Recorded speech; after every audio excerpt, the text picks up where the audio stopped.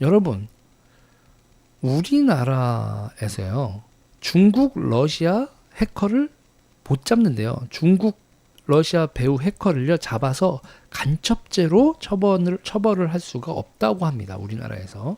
왜냐하면 간첩은 적국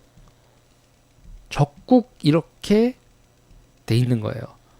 그러니까 적국이 우리한테 뭔 짓을 했을 때 그걸 간첩죄로 처벌을 한다고 이렇게 돼 있으니 어떤 문제가 발생하겠습니까? 적국이 아니면 간첩죄로 그거 처벌을 못 하는 거예요. 그래서 중국, 러시아 배후 해커 알아도 못 잡는다. 이런 건데 문제는 이게 우리나라에 그 비밀 경찰서 있죠. 비밀 경찰서도 이것 때문에 수사를 못 했다고 그래요. 중국 비밀 경찰서 수사를 김명수 대법원의 반대로 못 했다고 합니다. 형법상 간첩의 범위 때문인데 간첩 범위를 확대하자는 형법 개정안이 지금 소위에서 논의할 예정이나 법원 행정처가 그것도 반대하고 있다. 그러니까 법무부는 그러니까 적국, 그러니까 우리가 러시아하고 중국을 적국으로 규정할 수는 없잖아요. 그런 상태에서 이 사람들이 간첩질을 해도 적국이 아니기 때문에 간첩이 안 되는 상황이에요.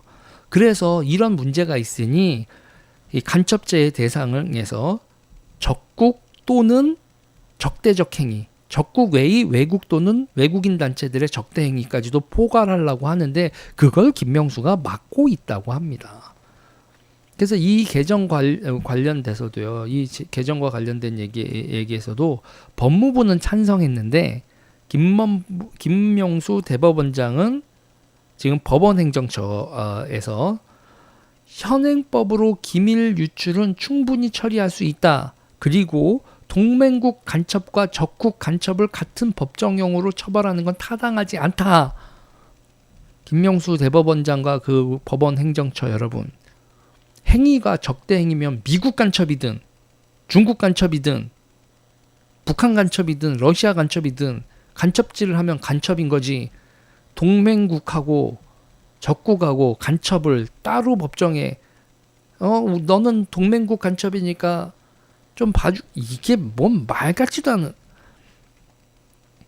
자, 그래서 있잖아요. 이 개정안이 올라왔는데 법원의 반대 의견으로 간첩죄가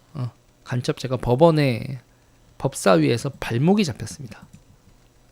법사위에서 발목이 잡혔어요. 간첩죄 개정이 발목이 잡혀버렸습니다. 그러니까 여러분 여기서 또 중요한 게 있어요. 북한을 적국에서 빼버리잖아요. 북한을 적국이 아니라고 해버리면 북한 간첩도 간첩이 아닌 거야 지금 우리나라 법에서. 그러니까 나중에 찬양죄밖에 이게 안 되는 거죠. 그래서 이제 여기서 이제 또 보도가 나와 있는 거 보여드릴게요.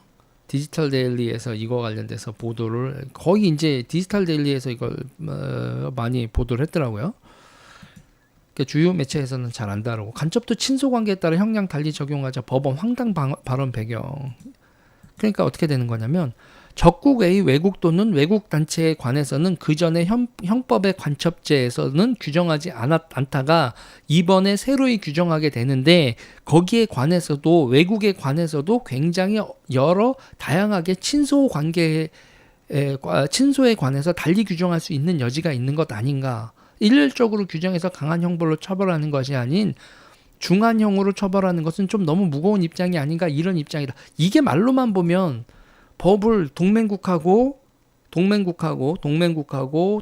아닌 국가하고 이거를 차별을 하자 이런 말처럼 들리지만 현실적으로는 어떻게 된다? 중국 간첩을 못 잡고 그리고 비밀 경찰서 수사를 못하게 만든다.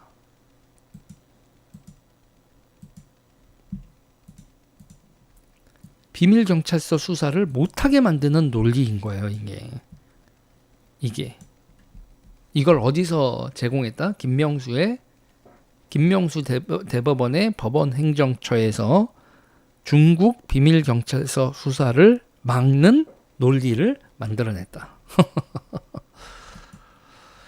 그리고 그거를 계속 현행법을 개정해야 되는데 그 현행 개정법을 바꾸는 걸 못 바꾸게 김명수의 대법원이 막고 있다 이거죠. 기가 막힌 겁니다. 참네. 아니 친소 관계를 왜 따집니까? 간첩 짓을 했는데